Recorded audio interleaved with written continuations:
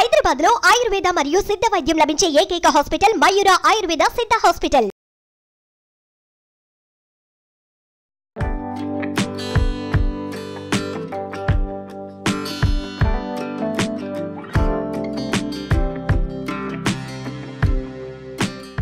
Welcome to Suman TV. దద్దోజనం చేసుకుంటాం కదా మనం. జనరల్గా వన్ పార్ట్ రెసిపీలు ఏం చేసుకున్నా, పులిహార చేసుకున్నాం దాంతోపాటు దద్దోజనం, సేమ్ మరి బిర్యానీ చేసుకున్నాం దాంతోపాటు కొంచెం పెరుగన్నం. పెరుగు మనకి మస్ట్ అండ్ షుడ్గా కావాలి. పెరుగు అన్నం దద్దోజనం చేయండి, ఒట్టిగా అన్నం చేసుకోండి, ఏం కలిపినా సరే. అయితే ఈ దద్దోజనాన్ని అన్నంతో కాకుండా దధి ఓదనము కలిపితే దధ్యోదనము, దద్దోజనం అని సింపుల్గా అనేస్తాం. పెరుగుతో కలిపిన అన్నం అయితే పెరుగుతో అన్నం కలపకుండా అలాంటి రుచి వచ్చేలాగా చేసుకోవచ్చు సేమియాలతోటి.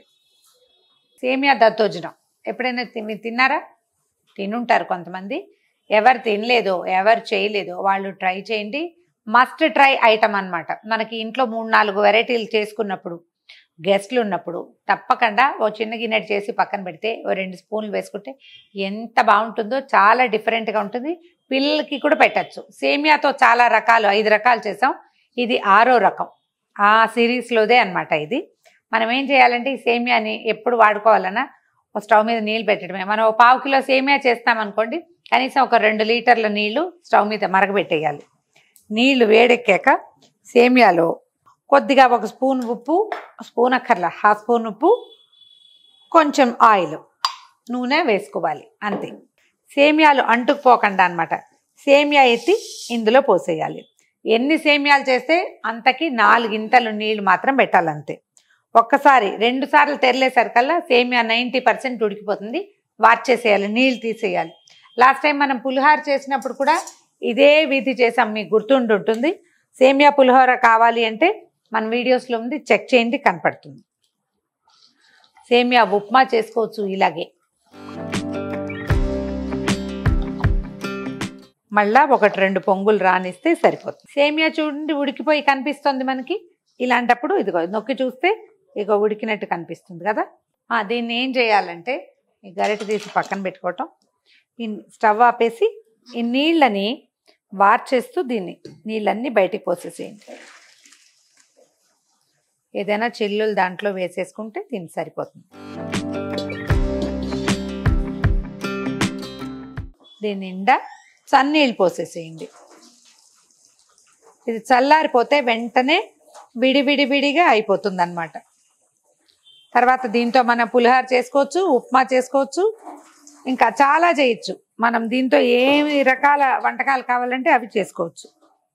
ఇక ఉడకదు, ఎలా ఉన్నది అలాగే ఉంటుంది అన్నమాట. చల్లార్చటం, ఇమీడియట్గా ఉడికిన దాన్ని చల్లారబెట్టేయటమే.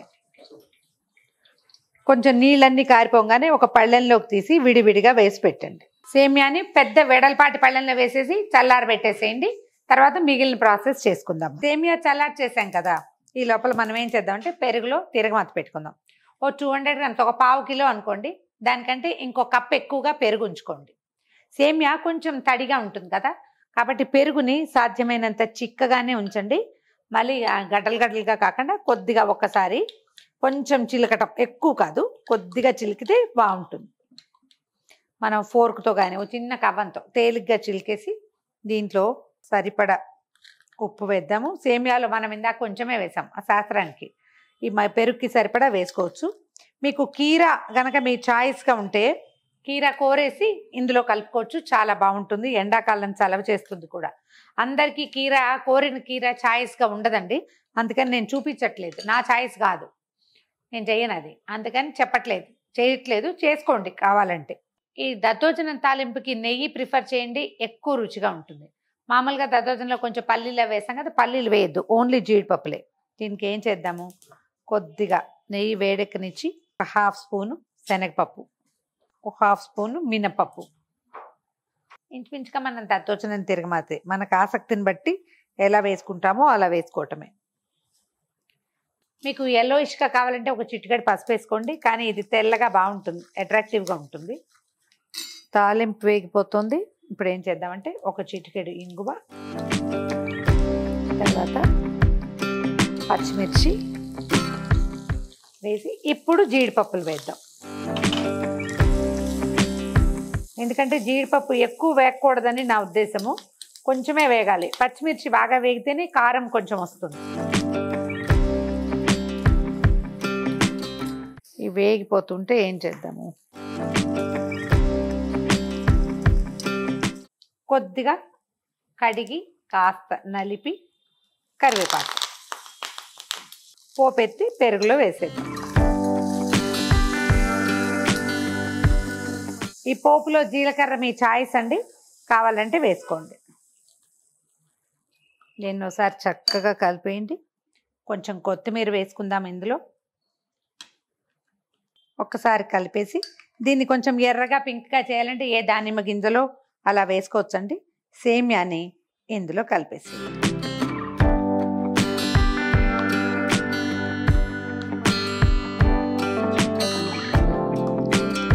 సేమ్యాని పెరుగులో పూర్తిగా కలిపేసేయండి.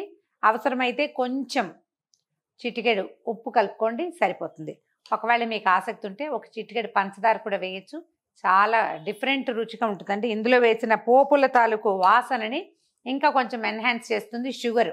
మీకు ఆసక్తి ఉంటే వేసుకోండి, లేకపోతే లేదు. చక్కగా దీన్ని గార్నిషింగ్ కోసం కాసిన దానిమ్మ గింజలు, అంటే ఇప్పుడు సీజన్ కాదు కనిపించట్లా ఉంటే కాసిన దానిమ్మ గింజలు వేసుకోండి.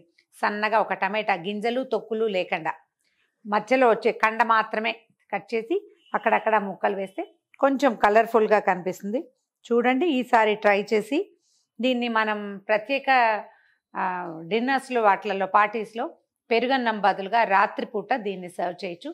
చాలా రుచిగా ఉంటుంది. మీకోసం సేమియా కర్డ్ బాత్, దీన్ని తెలుగులో ఏమనాలి, సేమియా దద్దోజనం ట్రై చేసి చూడండి. ఈ వీడియో కనుక మీకు నచ్చినట్లయితే లైక్ చేయండి, షేర్ చేయండి. మరిన్ని ఇంట్రెస్టింగ్ వీడియోల కోసం సుమన్ టీవీకి సబ్స్క్రైబ్ చేసుకోండి.